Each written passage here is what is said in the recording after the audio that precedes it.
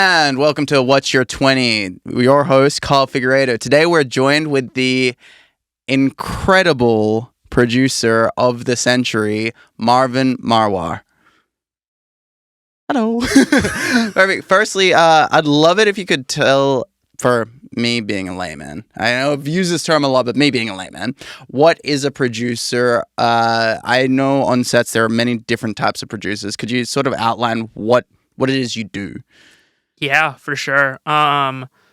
People have asked me that so many times, and I am also figuring out what I exactly sometimes do. But I think so. Currently, I'm working as more of a line producer, and I also work as a production manager. But line production is kind of where I specialize in, which is the physical aspects of production.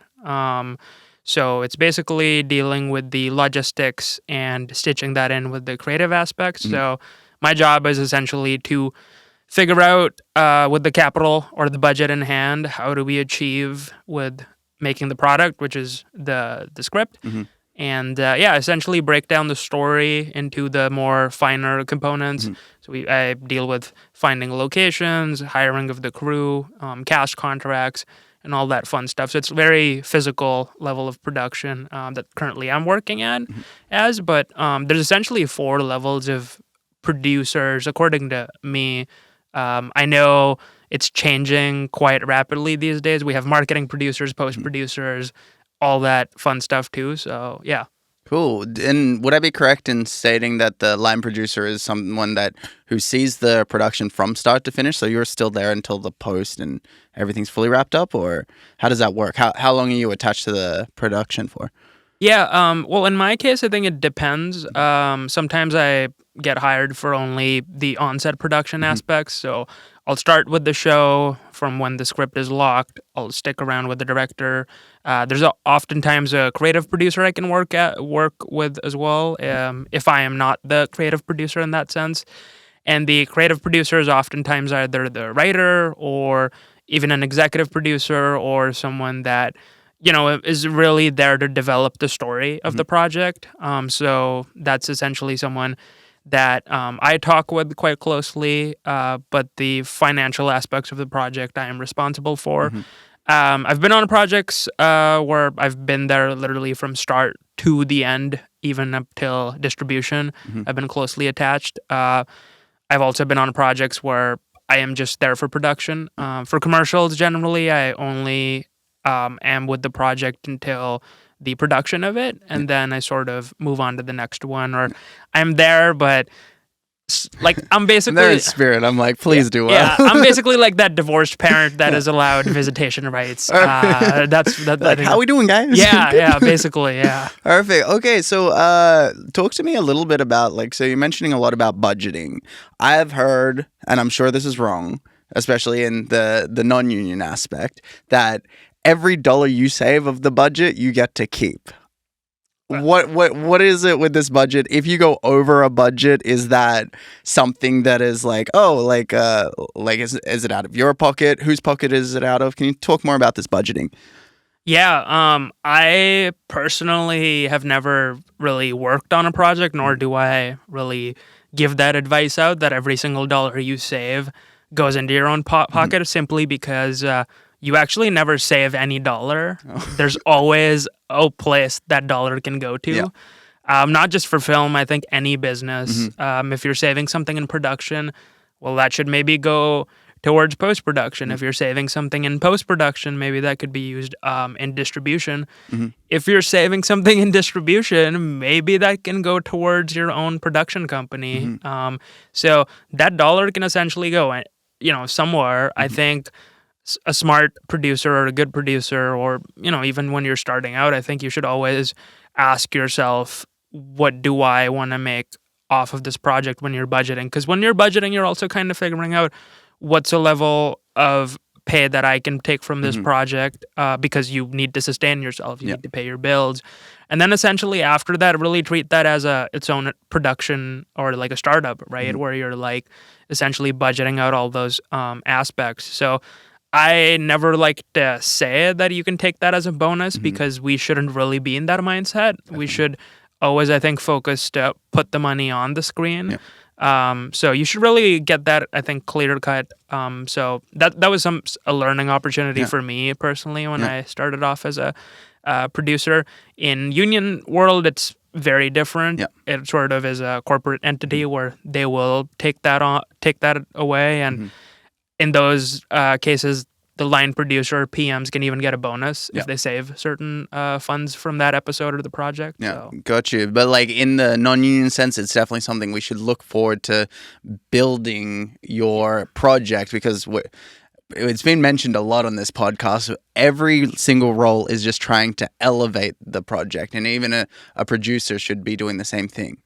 Do you look at yourself as someone who's meant to protect the crew, or someone that's meant to protect the money that's going into the project? I think that's a very interesting question and really good question. I think both go in hand because if you're at that level where you're simply trying to protect the money, it means maybe there's been a flaw in the budgeting of the project Mhm. or the expectations levels of the project. Mhm. The money and the budget should be designed in a way that it's engineered to protect the crew. Mhm. And that really goes into the first conversations you have where you realize I have X amount to work with.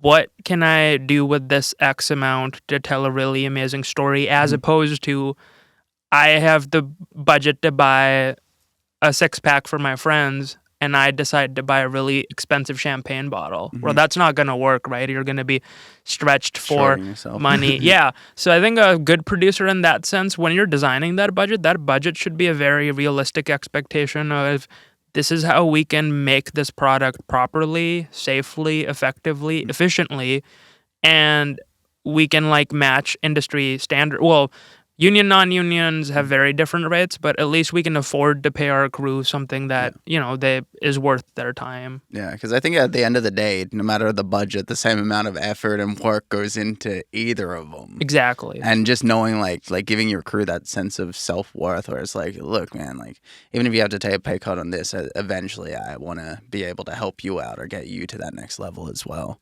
Totally. And I think, the biggest learning opportunity for me has really been to really get, I think the main thing is to get inside the head of the creative or the director, writer, creative producer, even if I am the creative producer, having that firm conversation with, okay, this is an amazing idea. This is the amount of resources we have to make this. How do we do this in an effective yet realistic manner?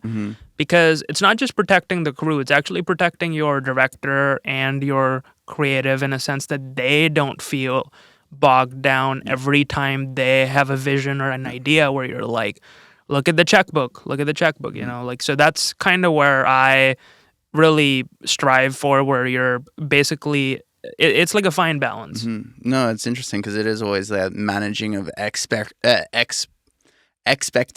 It's the managing of the expectations where it's like, look, we told you this is how much we had to begin with. The reality is if we start doing all these dreams, then we're going to go over and you don't have your baby being created. If we were to take it a step back, when you get offered a project or someone comes to you with a script and like, I have this, I have XYZ money, and I want to create it, and these are my deadlines. Do you come up with the deadlines? And also, how do you choose to go onto a project? Right. It goes both ways. I also work in visual effects and animation, and it's a pretty similar question. Honestly, union, non-union, whatever entity you want to call it, it's exactly the same way because it's essentially a client coming to a vendor, telling them these are my timelines, and then the vendor going back to them being like, these are the timelines I can achieve this in. So that's basically how it goes. When someone gets to me, I give them my estimation of what I would take to make this happen and what resources I require from them. And then obviously if they think I'm the right fit to help execute it, then I get brought on. I generally look at projects in a bit of a different way than I would 2 or 3 years ago. At that point, it was just like, okay, what's the most exciting project? Yeah. Now I think, I mean, I ask 5 questions, which is, the first question is, okay, what is the premise, concept? What are we working with here? The second one is the experience of the individual that's coming to me, really gauging, where are they coming from at this, because that's like the biggest thing, especially in non-union. You're oftentimes working with folks who have either been very, very experienced in their own right in a union sector, or maybe they don't have that much experience. Or the third one is they've been doing this, like they've been in the non-union world for a long time, and now maybe they're looking for that push towards union. So it's like those 3 kinds of personalities that you really interact with. So I really gauge that. I mean, the third one's obviously, how much am I going to get paid off of this project? Because everyone needs to pay their bills. Yeah. And I mean, the fourth one is, okay, what is a timeline we're hoping for? I am a firm believer to be patient, develop as much as you can, go into pre-production with the thought process that we're going to solve all the problems in prep. Yeah. Not in production, not in post. There's no time. And so it's like really getting that idea, asking them questions. When are we hoping for this to be released? Yeah. Talking to, okay, what are the distribution timelines like? How big is the marketing delivery going to be with this project? So it really goes down to timelines. And I have worked on projects where I've been brought on super early.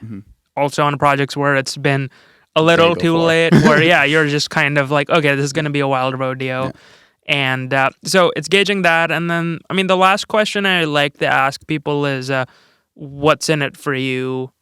Like, why are you doing it? Yeah. And then I'll be honest, why I'm doing it. Is it like, does this idea really excite me, or am I just looking to get a payday? Yeah. Why do you want to do it as a portfolio piece? Is it something that is deeply personal to you? Is this something that you're like, this is going to get my foot in the door on the union side? Or, I don't know, my dad just left me a bunch of money and I just want to go make something cool with my friends. Like, what's the deal? Oh, because it definitely sounds like it goes along with that tale of like you're managing the expectations. And I think for some non-union projects, that's something that's missed out on the producer side of things, because it's like, if you have those questions to whoever's pitching the money to begin with, when you get into the hard reality of shoot day and something goes AWOL and you need to detour, if you haven't already answered those questions in yourself, whether it's like, I worked a project where it was a short film and we had to derail everything, and we were like, well, you can make an amazing proof of concept, but why are you doing this? If you're not asking those questions, then they're not managing expectations when it gets to the shoot day. Yeah, and I mean, obviously, budget is a very important question, but a lot of those details get refined more time. I mean, someone's going to give you a hard number, and then my job essentially starts breaking that hard number and being like, okay, this is how much we're going to have to work with, showing them a budget, being like, okay, because it's essentially someone's bringing you a bag of money, or not even a bag of money. It's like a grant that you're applying in, or someone is literally just coming up to you, gives me a script and tells me, can you just help make a budget and tell me how much it's going to cost to make? And then I calculate the timeline. I break down the script and I'm like, okay, these are the amount of days. So those questions do come later, but just knowing what's in it for you, what's in it for me, goes a long way. And I think the last important question, I don't know if maybe this is my top 6 now, but stakeholders is very important to know. Who's going to see it? Who is the person that's going to be calling the shots? Because the issue that happens in a lot of independent movies or non-union shows, even union shows actually, is too many cooks in the kitchen, spoil the broth. So it's really realizing, okay, ego aside, who are we working with here, and how many stakeholders do we have in this project, right? Have you ever dealt with an experience where you've had a diva cook per se, or like, let's say your director goes AWOL, your actor goes AWOL? Can you speak on that, and like how do you usually handle that situation on sets? Right. I think it's a fine balance. I come from a large family. There's multiple personalities in my family, so I've grown up being around that atmosphere. So I can use that to my advantage, and I've been used to that. I think oftentimes when that diva personality is someone who is a very key stakeholder, you actually need to be able to gauge that from the early on. If it's a director, executive producer, when I'm even choosing a project, it's oftentimes kind of like speed dating, where you're like really trying to ascertain, is this person going to be someone I want to have like those late night talks with, where we're just really just trying to solve a problem and we can separate our egos and we can figure out a solution. Yeah. Because I think a lot of my job is about responsibility. It's about accepting that responsibility. Like, it doesn't matter if I forgot something, if you forgot something. The fact is, I'm the producer of this project. I take responsibility for anything that goes wrong on this. That's fine. It's like my burden to bear. So it's like really finding that, like, will these individuals share that responsibility with me, or will they just, throw you under the bus kind of thing? So that's a key part of finding that with that diva personality, what is it that's going on? With an actor, someone that you experience on set, I think you really need to know with those individuals to pick your battles. Yeah. For non-union shows, lower budget shows, oftentimes there are actors who are high-billed cast members who are literally the face of that project. If something happens with them, they will walk away. And if they are having that difficult personality, I've thankfully only met a very few handful of individuals we've had a tough time with. But it's basically with them, you still need to have those conversations where you need to like put your foot down or draw like a line and a boundary and have like a very open conversation with them. So those things I think are established if the creative team or the producing team kind of, like believes in an open concept conversation. And I think that goes on in work styles. One of the things I like to do when I am starting on a project is have a very open conversation with key members that's also in the past been actors, and we just talk. This is who I am. These are the things I like doing outside of my work. This is how I am as an individual. This is how I want this project to run. These are my expectations. What are yours? So it's basically like you sit there together and you figure that out. Yeah. And I've actually realized that goes a long way, where people feel comfortable voicing their opinions and not projecting their insecurities on each other. So this big bad producer is coming onto set and is like, if I talk to him, he's gonna kill me. No. I honestly think the biggest reason why I've managed to get projects consistently is because I've been very thankful and grateful to meet so many cool individuals, and I like to think of them as close friends, you included. So I think that's just how my mentality is with any project. It's like, at the end of the day, we're not a family, because family can take me. I'll fight my family way more than I'll fight you. But we're a good group of friends. We're individuals that are coming together to make something. Definitely. So let's just have a very zen-like, peaceful environment to make this product, right? Do you ever, when you think of it as like, oh, I'm making a cool project with my best friend, do you ever have those instances where you're like, at the end of the day, we're still in a business and I have to have this hard conversation with you? How does that usually go? Is it something that you not look forward to doing, but that you're comfortable in doing? 100%. I mean, as much as I am about the friendly atmosphere, I always like to say, and I learned this from another podcast that I really love, it's a show business, and the word business is twice as many words as the word is show. True. So, even if I'm working with my own mother, I would make her sign a contract. It just comes down to that. And I always like to say, hard conversations are only hard if you make them hard. They can be easily solved by being transparent. Having a very overt relationship. I recently learned this thing about covert and overt relationship styles, where an overt relationship style is essentially where the other person feels heard and they know this is an equal relationship. Covert is when there's one party that is maybe doing some things that the other party thinks of as unequal. Mm-hmm. So a lot of those things, even if I'm working with my friends, is like, let's sign a contract. Yeah. Let's figure out our stakes. Yeah. Executive producer Sam, let's put this on paper. Mm-hmm. Let's make sure that we're respecting the business part of this, Yeah. because then no one really feels like, okay, is this okay? Is this fair? But Mm-hmm. because a lot of those things we negotiate right there. Mm-hmm. So I am a very big proponent of signing contracts, playing by the book, playing by the rules, and then Mm-hmm. then moving forward. So, in the industry, when we're brought on as a crew member, we sign a thing called a deal memo that will outline all their roles, responsibilities, how much they're going to get paid. If I get my deal memo and I'm told like, oh, you're only expected to do these things, and on the shooting day, I'm expected to do more, what would you recommend a department person to do in that instance? Yeah, I mean, I think the first thing is, what am I asking you for? Yeah.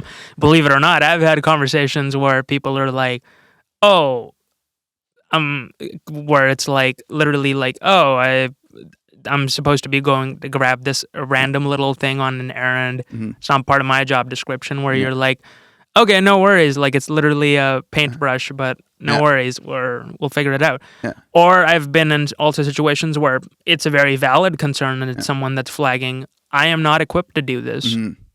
I think the Directors Guild of Canada has some amazing resources for production managers, producers, because I think a big part of that starts with producers being educated. Yeah. I've been working in the film industry since high school. I've worked a lot of different departments, so I do have a good amount of knowledge with how each department likes to work. Yeah. Where someone, when they come to me and they're like, I am not sure if this is my job, I can 100% be like, this is not your job. Yeah. You're not qualified for this. Please don't do it. Yeah. So for a average crew member, I think if they're working and they're not sure, they're ever, they're feeling hesitant, I think the first thing is you inform your department head. Mm-hmm. If you're feeling that's not heard, please find the production manager, please find the producer, because it actually falls on them. If something happens to you and you've signed that deal memo, the person that's actually signed it back, whoever that is in the production team, whoever that is, that can be the director's mother for all you know, that person is responsible. So it's actually not just you, it's them too. It's a binded contract, right? So please inform them if you're ever not sure. Yeah. And as an experienced member too, if you're not sure, then please talk to someone. Yeah. Yeah. Wicked. No, it's always handy to know, especially I think it's one of those things that when you're starting out on a production, nobody knows like even what a deal memo is. I've been on productions that I haven't even signed anything. I'm like, what are my rights? No, totally. And I mean, aside from whatever rules we have sometimes in the non-union world, where we live in Canada, there are labor rights and there's that code. So, I mean, I think these days when I've been interacting with people, more and more have been way more informed than even I was when I was starting out as a production assistant. So I'm happy to see that. No, it's definitely one of those things that we're progressing as a community to educate ourselves more on like what are our rights and what are our bare minimum rights. Because I know when COVID was a thing, and we had health and safety workers, it was a big thing of like we brought a massive department into a union setting, but they're all non-union workers, so they don't really have a union to back them up, and that was sometimes exploited for people. But it was great to find out that at a bare minimum level, it's WorkSafe BC is where you will always sit no matter what. Non-union, union production, you'll always sit at WorkSafe BC level, and that's your union. Exactly. And I mean, a lot of shows that I've been doing, we've always made a WorkSafe plan that goes through them. It gets approved. When we were making a series, I remember in COVID, we had a COVID safety plan, which would get approved too. And the cool part is, as much as of a time commitment making those plans is, you do, in fact, have like an actual organization giving you that. I think with non-union sets, ultra low budget indie student productions, that sometimes gets a little too blurred. Yeah. So, I mean, the hope though, I think, would be to, how can we make that a bit more simpler and easier, so even a student production could essentially like figure that out super quick. Yeah, no, definitely. I think like the other element to that is even on the lower budgets, like student productions, having that conversation, like you're saying, and like really driving through like what you want out of it, and like what your expectations are. Managing the expectations is a very important thing to do, even on those minuscule levels, because the hope is that a producer or your director would be like, look, honestly, we got 3 people and a camera. Hopefully we don't ask something too crazy of you. Yeah, and it goes into insurance as well, that I think a lot of people, I just think, I mean, I went to film school, I know a lot of people did, but I think we honestly just need better resources for people that want to go into producing. I personally found a lot of great resources in the Directors Guild of Canada.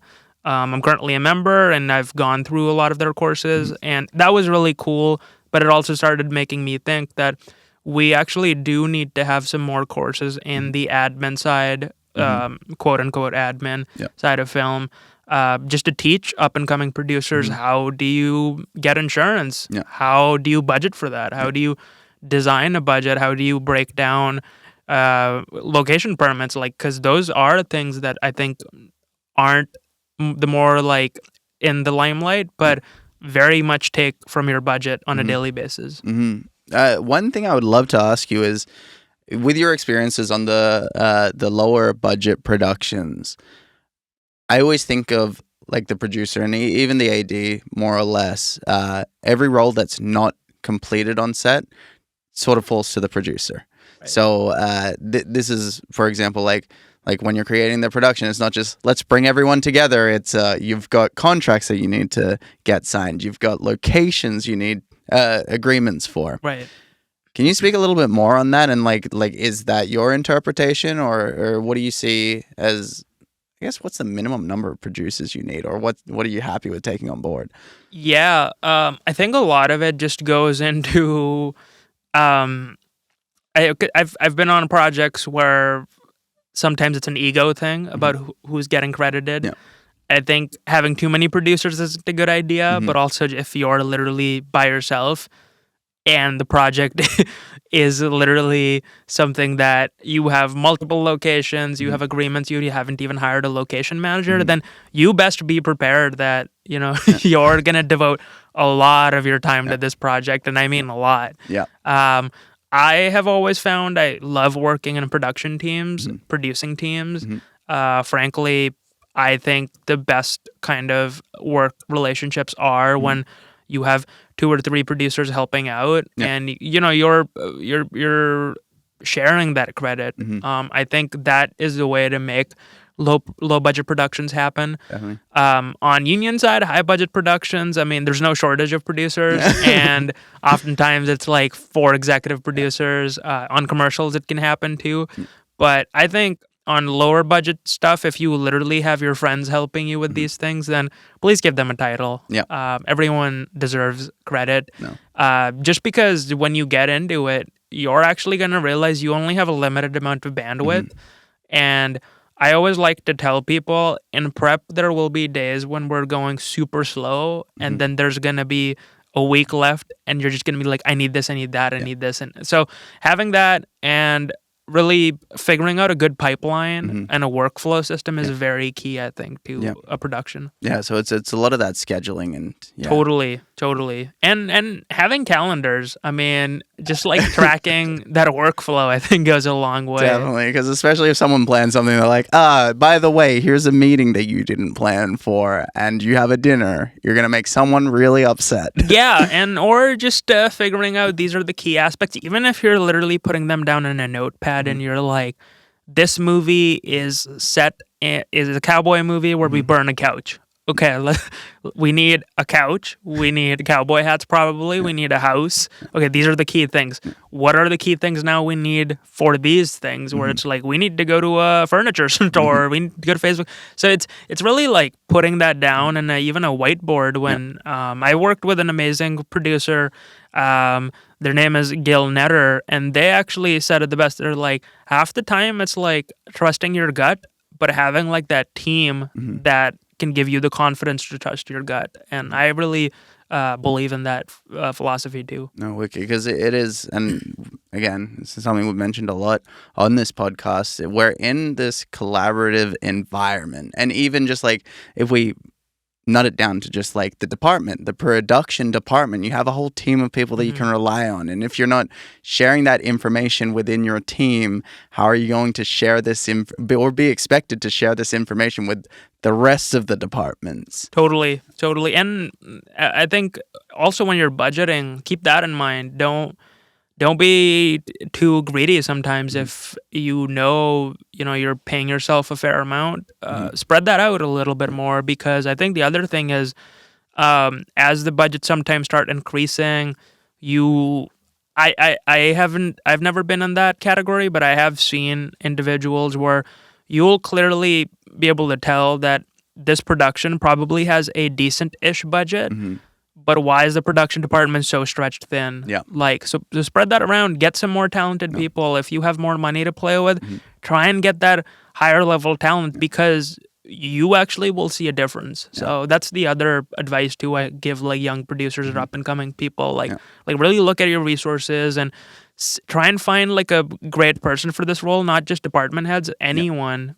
Do it in a safe and efficient manner, so. Definitely, because it's one of those things, especially with the lower tier productions, where like lower budget, where you'll notice it's again one producer, and you don't have transport coordinator, you don't have your production coordinator, and then you're wearing all these hats, and it's not sustainable for anyone, no matter the level of production, because at the end of the day, if you don't have the extra resources, that's extra time for yourself, and eventually, and it's something we'll touch on more after the break, it's something that will aid to disadvantage your mental state and probably break you. And that's like exactly with a group that spends so many hours, it's something that you don't want to happen on one production, because you're probably wanting to do more than that. Yeah.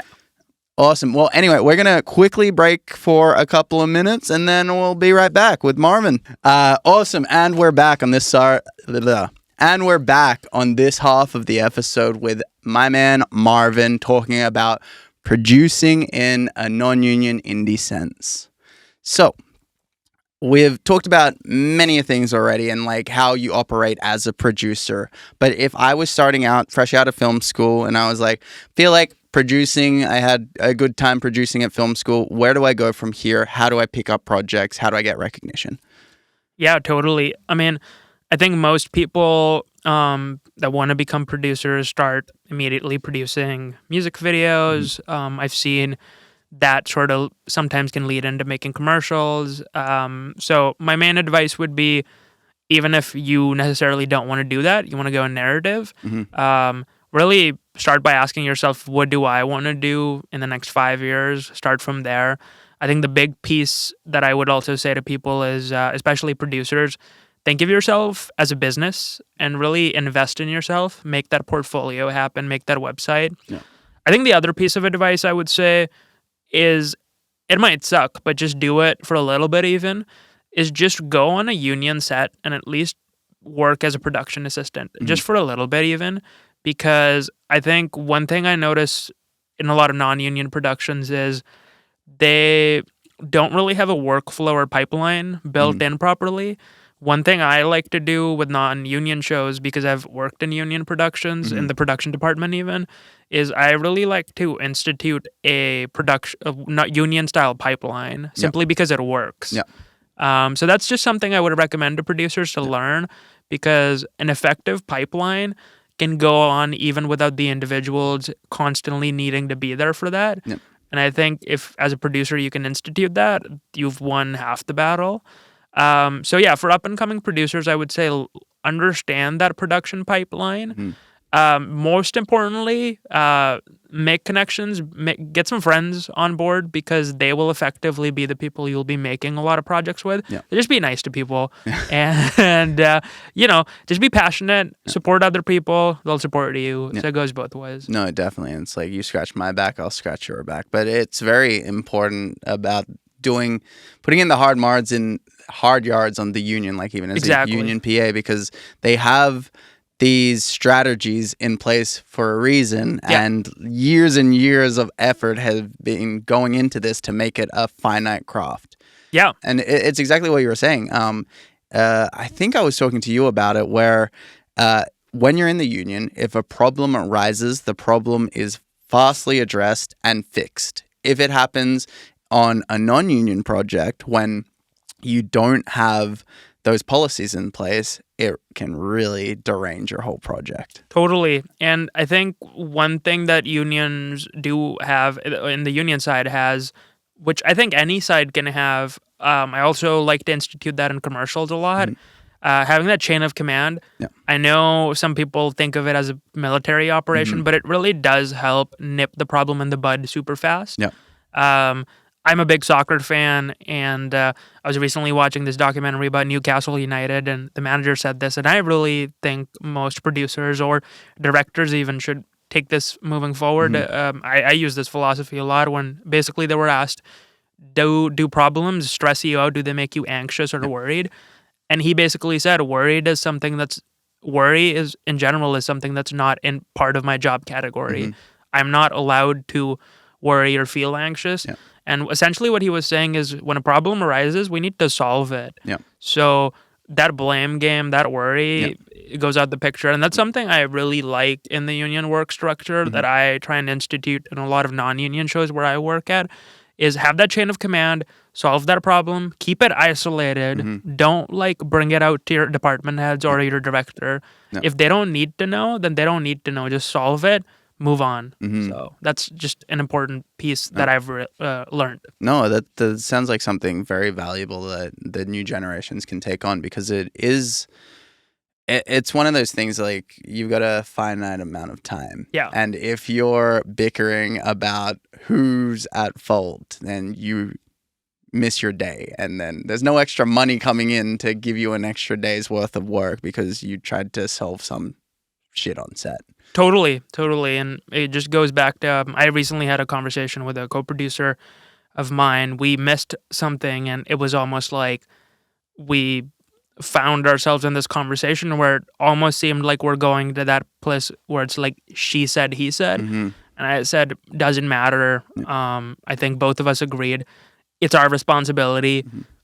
Take the blame, move on, because no one's going to remember that blame, but everyone will remember that production and what that movie turned out to be afterwards. Because I always like to tell crew, I'm like, no matter how much we might fight right now, going into the rap party or going into that movie premiere even, we'll just like look at that movie and that's how we will remember the product. Yeah. So it doesn't really matter that one little incident you had, because we're all going to laugh about it like 5 years from now anyways. So Definitely. let's just move on. Yeah, it's something I got taught in like my acting school back in the day, where they're saying if it won't matter in 5 years from now, then it shouldn't really worry you right now. And that's like something to be said about these productions, because it's like you got a 3-day production and you're really gonna like ruin a friendship or ruin something with a colleague over this one instance that happened, then it's not really worth your time. Yeah, and it's funny you mentioned that, because I would like to ask you one question, I guess, too, is we've worked together multiple times now, and you work as a first assistant director yourself.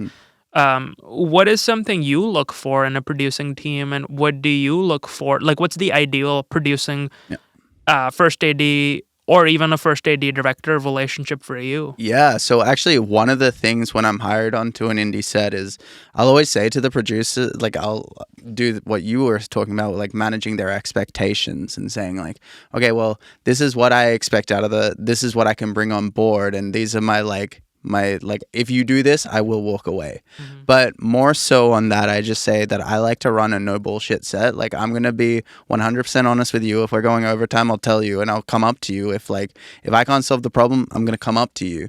But I also need that honesty from you in return, because it's one of those things. It's like, if you lie to me or say something to me on set where it's like, you feel like you're solving a problem, but I have 20 other solutions for it that wouldn't derail the production. It's something that can really like cause tension and create a bad workflow in the environment. But also just doing a general like check to see if we vibe well, because I find that the AD is one of those people that it's between like the production, they're in between production and crew, and they have to manage expectations from the producers to the crew, but also in reverse. And they're always the one that are in communication with each other. So at least on an indie level, I'm like, these guys should be pretty tight knit. And if like you're bickering in the beginning stages, then it's not the production for you. Totally. But no, thank you for asking that. Oh. So I want to reach this section where we talk about mental health, and it differs from person to person. It also differs from production to production and department to department. What is something that you notice as a producer that either you've struggled with that you can give to the new generation, or like something that maybe you don't do yourself that you are like, maybe this year, this is what I'm going to fix up, but more so like in your production team, well, what happens? Where's the mental health at? Yeah, totally. I mean, I think one thing I like to always encourage people that are going in leadership positions is like own your shit. Mm-hmm. And by that, I mean really own it, and not just the good stuff, like the shortcomings even. Yeah. Talk to your team about it. Even if you're struggling with something on a personal level, sometimes I just like to tell people, yo, I'm just having a hard time dealing with this. Mm-hmm. So just so they know, but also because I feel like when a leader is open, and Brene Brown had a really good TED talk about this. It's like when you're open and when you're being honest about something, that makes other people be open. That level of trust is generated. Mm-hmm. So I think a core production team, if you're just like being open to that, you never know, that one office PA might actually be open to their coordinator, or they might be open to you. And you're just in that level where you can just be like, I can level with you outside of all these job categories or whatever. Just be open. And that, I think, goes on many levels, not just mental health, but even like the work where you can just give that feedback. I think too many people in our industry go on without getting not a performance review, but that concrete feedback where that can help them improve. So they might go on years just doing that job wrong or not understanding what that job is, just because no one's ever told them not, you know? So that, I think, goes on many levels. And I think the other thing is I just really tell a lot of people that I work with, just be conscious of when you're calling people, or just be conscious of people's work-life balance. An important conversation I once had with an executive producer, which they later came back to me, and they told me it made a lot of difference, and I told them, another producer once told me that. So it's kind of funny, we were in that cycle where a producer once basically told me that, the reason why we don't go in OT, even if we can always pay people, and I said, in my head, I was like, oh, save budget, save money probably. And they're like, no, it's actually because you never know when that one person might be missing dinner with their wife, missing their kid's birthday, missing that even a cute little moment that they'll look back on in the next 20 years and think fondly of. They won't really think back about these productions we all worked on.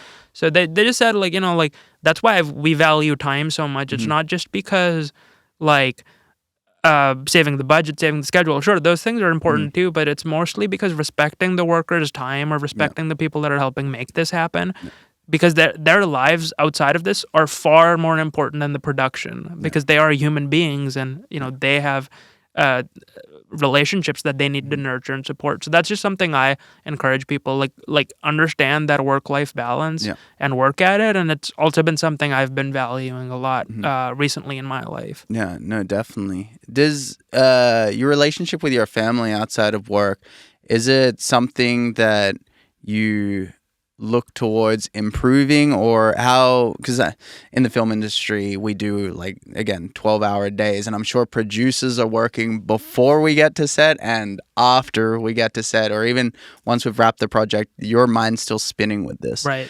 What's your work-life balance like, and what ways do you look forward to either improving it, or things that you can say, like, look, I'm doing a really good job at, like, focusing to make sure that when when a struggle happens, you're able to deal with it? Yeah, I think for me, it's been for sure a learning experience. I don't think I'll ever get to that level where I can be like, it's perfect. I don't think it'll ever be.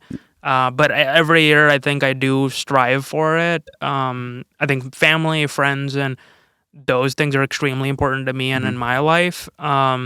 and that's just something I really go for. I've also recently been taking therapy, which has been a Yeah. big game changer in No, my life, at 100%. least.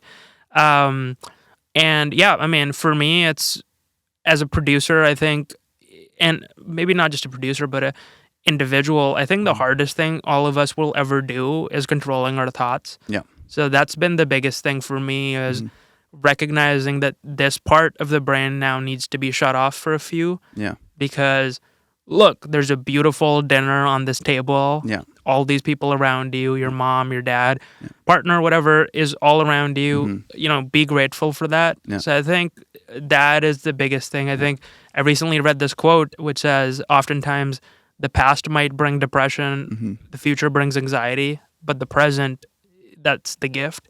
That's So a really, really good quote, actually. that's just something I remembered a lot, Yeah. and I practice that because it's almost like stay in the moment, you know, like what are you looking at?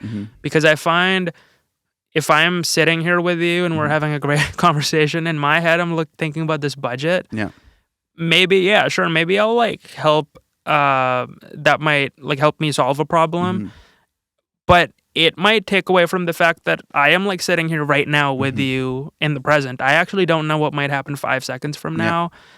And me just constantly thinking about the next thing brings the cycle where I just don't feel fulfilled in the present at all. Yeah. And it just continues, right? So I think my biggest advice to producers would be, or any film professional, I think anyone, just like practice being in the present, you know, like just breathe. Yeah, no, definitely. It's actually one DOP that I work with closely, Andy and Marco. Right. You've on Bucketheads, Yeah, right? yeah. One thing that they do on set that I've really taken time to reevaluate with is they say like, all right, like if everything gets a little crazy and we're moving stuff around at a really fast pace and maybe moving it and we don't know what we're about to do, they will literally call out, all right, everyone, just take a step back, take a breath. Yeah. And then just think about what you're doing and like why you're in it. It's something that like I don't know, I wouldn't say it's a minuscule thing, but it's something that I really hold to, and it's exactly what you're saying, like just like really ground yourself with where you're at this moment in time. And something that I really love that you're saying is have these conversations with people, and like you're not in it alone, and you having a voice to your colleague will also give them the open space to have a voice back in return. Yeah, exactly. And don't think of people as their job titles. I think is the other thing. I think producing, writing, or like our industry, this was mostly a budgetary term, by the way. I sometimes think it affects people's egos above the line, below the line. Yeah. I think that sometimes can lead these thoughts in our brain where it maybe inflates our ego or makes us think about a certain thing. But I think the other thing is just don't think of people as their job titles. They are human beings. Yeah. So, you know, have that conversation with, I don't know, production assistant. Yeah. I mean, I was fortunate enough to have a lot of that as I began. A really great guest that you're, I think, going to have next week. I've found that in them where any question I would have, they would actually be looking through droves and droves of deal memos. They would actually answer that question to me when I was their office assistant, and that's something I want to give back to people I work with. So I think having those cool things are ultimately what changes this industry, because we work far too many long hours. 100%. It's refreshing to know that like we're going down a new path, and I want to say the old ways, but not even the old ways. Like we're in a community that we're more so looking out for each other and recognizing that like at the end of the day, we are human beings and we're doing a job, even though we're very passionate towards those jobs. But at the end of the day, you're a human. Yeah. And I mean, I think I would actually spin this question back on you because, I mean, you have family, not much family here, right? They're overseas. Yeah. I'm fortunate enough to like have my family.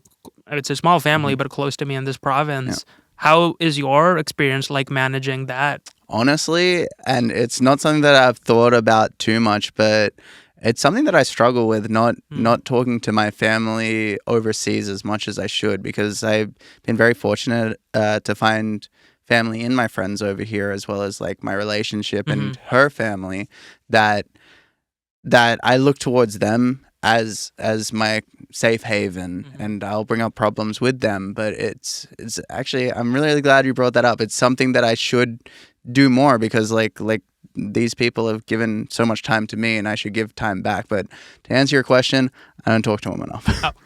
Well, but hopefully Yeah. we improve that. So Exactly, there we and go. that's why we're having these conversations. Exactly. So we've reached a segment that I would love to ask you a few different questions that were sent in and delivered from the outside world. So first one, how do you choose your department heads, and what do you look for in those heads? Yeah. I think. I mean, oftentimes we're going off of their portfolios. Mhm. I think one thing I look for in a really good department head when I meet them, I'll answer from the creative side first, but also maybe logistical side.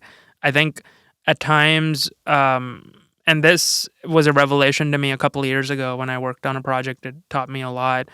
Um, Personally, I look at when I'm interviewing a department head, I'm not necessarily looking at someone who can tell me I'm going to make this for the most cheap amount you can get Mhm. this, or I'm going to get this for the easiest amount. It'll be easy, painless, cheap. Mhm. I'm actually looking for someone that can be like, this would actually look great on the screen, and I'm actually passionate about the story, and this is Mhm. how we can tell it. Yeah. And I'm looking for something who can sell themselves that way, as Yeah. opposed to we can do this very cheaply. Yeah. Really great producer that I think has, made a lot of good impact in our industry. Mr. Sean Williamson at Bright Light Pictures said that the best. I think in the Canadian film market, we actually have an issue where HODs have a problem with like properly pitching themselves. Mhm. And that's why sometimes we fall short from the American talent, because we might always go cheap, fast, easy. Yeah. But I think it's the opposite, where we need to go with, this is the best piece for this product, which Mhm. will help elevate the game. Yeah. And I think on the admin or technical side too, I'm often looking at people that might be like, this might cost a little more, but in the long term, this will actually help us way more. Mhm. So it's oftentimes, these are the resources I need, as opposed to, I can actually do this cheaply, fast, and then turns out we're all struggling for the next 2 weeks. Yeah. So that's, I think, something I look in a department head. And the other thing I look at is, how do I gel well with this person? Can I just shoot the shit with them for like 10 minutes too? Can we just talk about that random game of soccer? Yeah. Because that actually, talking about those random little things, gives us the confidence to have a very open conversation about certain things. And I think the last thing is ownership. Like, do they understand that they are the protector and safe haven of their department? Mhm. Because when I look at a department, that department represents them, Yeah. not so much the people that work in that department. And those people represent me. Yeah. So does that relationship gel well? Definitely. That's an awesome way to put it. So follow up onto that question. How much freedom do you give your department heads when choosing their team? Oh, I think all the freedom. It's You're like, these are how many people you can have.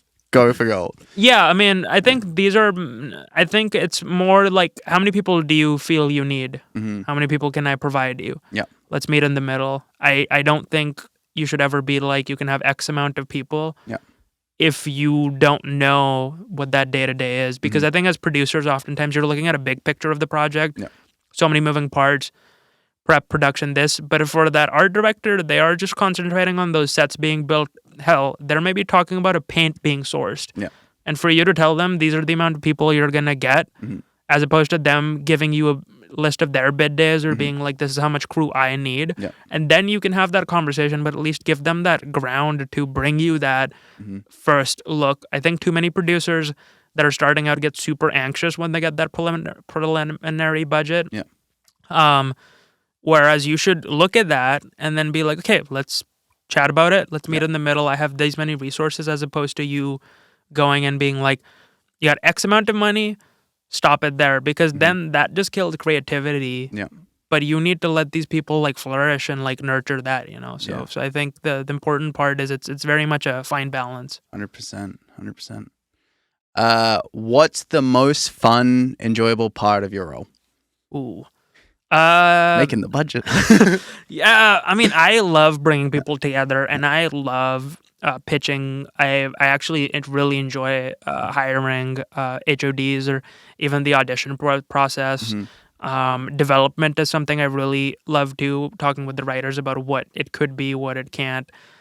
Story, I think that's an important thing. And I think the other part is these days come so randomly, but I'm sure most producers can relate to it, where a good friend of mine, Bailey, put it the best. It's like that time, it strikes in the afternoon, all of a sudden the pieces are coming together and you're just in a frenzy of calls, hiring people, getting the project rolling, and all of a sudden now you have like 20 people working on the project you were literally talking about 4 weeks ago on paper.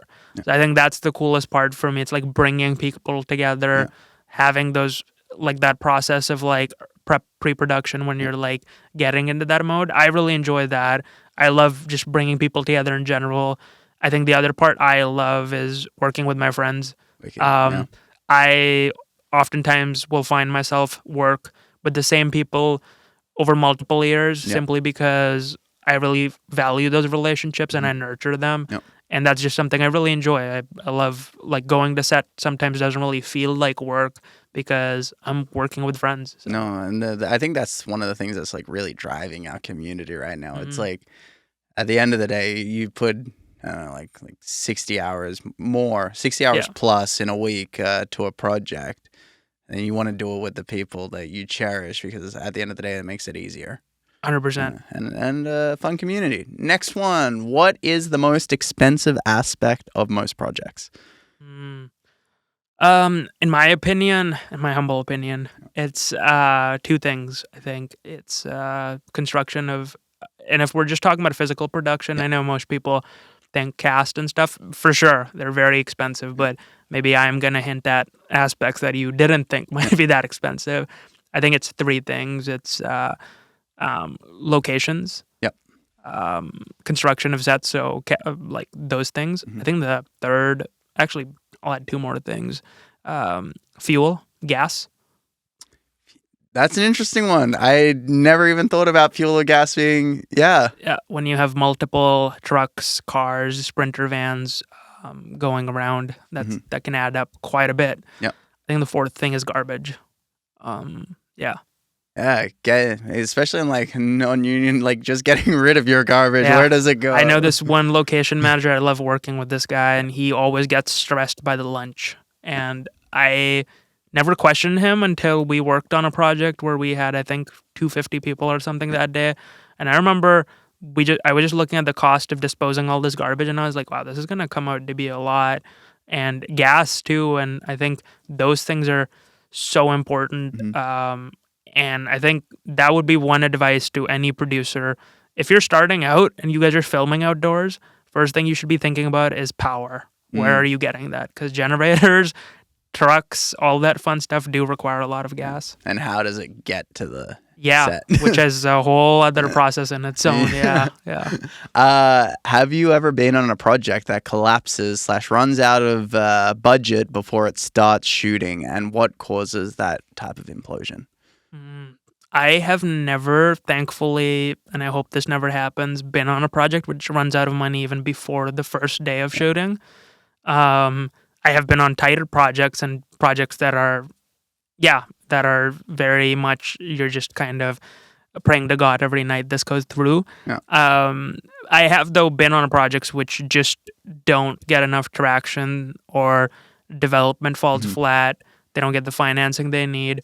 That never see the light of day. I've been on those for sure, but never on one which has ran out of money. I think if it runs out of money, that someone didn't do their job. It could be that, or the budget just wasn't realistic. Something happened in development. Maybe an actor took a trip to Italy, lived on a really expensive hotel, and used the production credit card. But I've been on projects where they sounded very excited about it, and then 3 weeks later, we got the call, this is not happening. I have budgeted for enough projects where budgets go through and they realize that this is too expensive and we just need to spend more time, Sure. How do you choose what aspect of a project deserves a larger cash allocation? I think a lot of those meetings happen early on with the director. I think our department meeting is quite key. Hmm. Or even from the story points, you can kind of gauge that idea what is really gonna sell this movie. Hmm. I've spoken to directors who really want like a vintage timepiece vibe. Automatically, then our department and costumes will need a significant amount of money. Yeah. I've also been on shows where it's maybe a specific item, a specialty Hmm. equipment, or maybe like makeup, visual effects. So I think a lot of those things happen if you break the story down properly. Just have that first meeting with the director, and you can pretty much identify right there. Okay, this is what's gonna happen. Sometimes I've also like budgeted for projects literally from like a treatment Hmm. where over a cup of coffee they're like, here's a treatment. Yeah. I read the treatment and it's like battle in the space, this Yeah. and that. And then I'm like, okay, well, we're spending a bunch of cash in VFX here right off the bat, Yeah. and studio space might come next, and makeup and costumes. So Hmm. I think those things happen if you break down the story or episode effectively. Yes. Yeah. So you get like a general idea on first impression of the story. Right. Yeah. And after that, you go into detail where obviously there's a portion of my day where I'm just gathering quotes. I'm Yeah. calling around town, Mhm. gathering my estimates, comparing them, finding out if works better for us versus that, or talking to the HODs and having that conversation. Okay, what's a better deal for our show? Hmm. In a union sense, so I mean, and I'm gonna ask you this question based on my experiences. So in union land, the PM or the producers, they'll do their original budget, Hmm. but then it's also each department head Yeah. needs to also give their own budget. Right. Does that happen in non-union, or is it you do a budget and you're like, this is how much you guys can have, let me know if you need more, or let me know your allocation? So, I mean, Union Land is similar. Work very similarly to Union Land actually, because in the union structure, what happens oftentimes is there's a preliminary budget Hmm. versus a final budget, and there's a conversation that happens between that. I also institute the same things with a lot of my HODs where we will request them for a final number. Hmm. I don't necessarily like the idea of sometimes giving them that number because oftentimes that might kill one component of the project, but Hmm. also like majority of the job can be we have a pot of money and we're just moving it around. Hmm. So maybe something else is coming a little cheaper. Or oftentimes I ask them for a breakdown where I look at things and then we have a conversation. Okay, like recently we were doing this one thing where we needed a slushy machine. Yeah. So there was a bit of a conversation that happened about that slushy machine. Where is it coming from? What kind of slushy machine is it? Can we live with something else? Hmm. By the end of it, we realized actually that whole thing can just be solved with like an actor holding a slushy instead of a machine. And that freed up some money that the costumes really needed. Hmm. So I like to go about it as that, where I really tell these people, and I might even hint at the figure a little bit, but I always tell them, make a preliminary budget, tell me how much you need, Yeah. then let's sit down, have that conversation. Because if you like automatically just pin a number to them, two things will happen. Either they'll hit that number exactly, and Yeah. there's going to be no room to save, Hmm. or two, it'll just kill creativity where the other person just feels exhausted, and that's not what our job is. Our job is to protect HODs, protect that creativity, right? So Nice. Yeah, that's a good way to put it. Awesome. And what else do we have here? We've got how do rap parties and crew gifts get budgeted and planned? So as far as I know, there's no official budget that gets made for that. A lot of it comes from contingency and padding. And that would be one advice to any producer that's coming on. Please, please, please make sure you're giving yourself adequate padding in that budget to protect from damages or anything that might happen. A lot of times it happens with the producers pay a percentage from their own salary into that.